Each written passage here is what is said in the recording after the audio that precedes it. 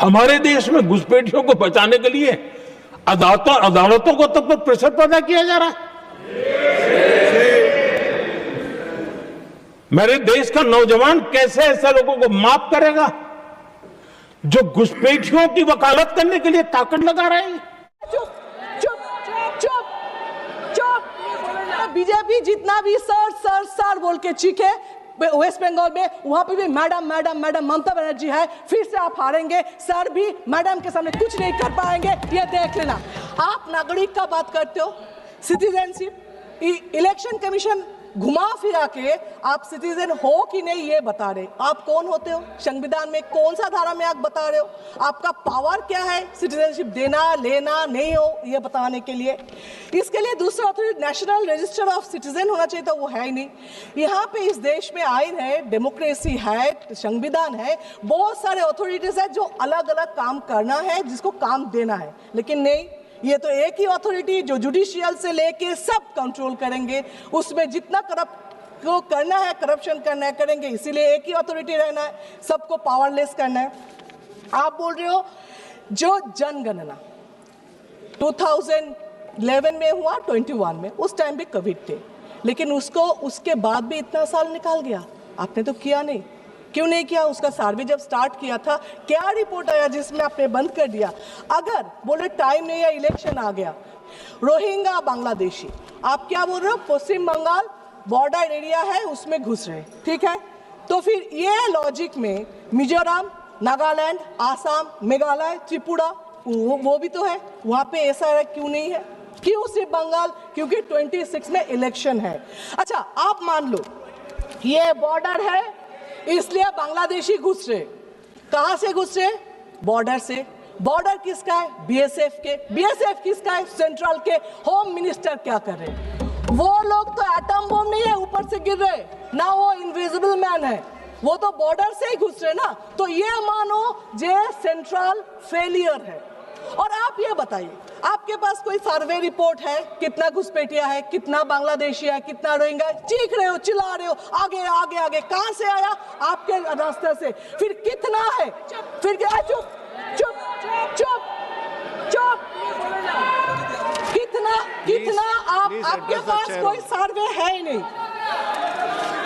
अभी मैं बता रही हूँ, बीएसएफ के लगा हुआ है। Shatabdi Roy madam, please address the chair only. अभी ये सरकार का कुछ काम बताती हूँ जो सिर्फ पब्लिक को हैरस और टॉर्चर करने के लिए। इसीलिए थोड़ा अतीत में जाए, जैसे आधार कार्ड, तब क्या बोला? आधार कार्ड कंपलसरी करो करो करो, सब खाना वाना घर छोड़ के, काम छोड़ के जाके आधार कार्ड किया। उसके बाद अभी उसका कुछ वैलिड नहीं रहे, तो ये आधार कार्ड को अभी शरीर का अपेंडिसाइटिस बना दिया है। तो ठीक है, नहीं है तो फेंक को बाहर करके, ऐसा हो गया। ये टॉर्चर नहीं तो क्या है? सेकेंड, बैंक में खाता खोलो, इतना पैसा देंगे। बैंक में का स्टाफ कितना है? 10 है, 12 है, और 12,000 लोगों को भेज दिया खाता खोलने के लिए, पैसा आएगा। सब जाके खाता खोलने लगे, उसका रिजल्ट क्या है? 0 है। उसका काम कितना दिया है स्टाफ का? कोई भी पूछा कैसे हो रहे? नहीं। ये भी एक टॉर्चर ही है। आप बोले लिंक करो, जहां पे जाओ आधार कार्ड के बैंक के साथ, होटल के साथ, जमीन खरीदो, सबके साथ लिंक करो। लिंक में क्या हुआ? कुछ नहीं। उसका भी, ये भी एक टॉर्चर ही है। इसके बाद मोहम्मद बिन तुगलक जैसा अचानक आ गया नोटबंदी, उसमें क्या हुआ? आपने क्या बोला? जे इसमें ब्लैक मनी खत्म होगा, टेररिस्ट खत्म होगा। क्या हुआ? हर दिन ब्लैक मनी मिल रहे। टेररिस्ट का बात तो मत ही करो। पहलगाम में क्या हुआ? अभी तक कोई पकड़ा नहीं गया, अभी तक कुछ नहीं हुआ।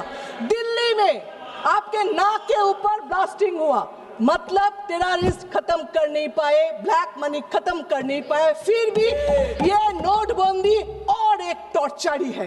अभी इसका नया फॉर्मेट है SIR, ये भी टॉर्चर करके लोगों को मार रहे हो, ये भी और एक फॉर्मेट से आप बता रहे हो। ये जो करते हो ना, बैंक लिंक, ये नोटबंदी, SIR, इसमें मेरा एक स्टोरी याद है। मेरे फैमिली में एक का डेथ हो गया था, जिसके हस्बैंड को डेथ हो तो वो रो रही थी, सब आके उसको संभाल रहे थे, ये करो मत करो मत करो, दुखी हो जैसे एडवाइस करते। उसमें एक आए थे, आके बोल रहे थे मत रो, ससुराल में इतना काम मिलेगा, बर्तन धोना, कपड़ा धोना, खाना बनाना, तो रोने का वक्त ही नहीं मिलेगा।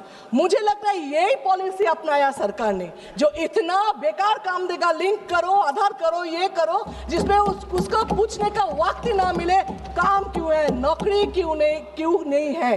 क्यों आप बोल रहे हो जो गरीब और भी गरीब हो रहे, 2-4 अमीर और भी अमीर हो रहे, क्यों टेररिस्ट रोक नहीं पा रहे हो, क्यों साइबर क्राइम रोक नहीं पा रहे हो, ये पूछने का वक्त ही नहीं मिल रहे।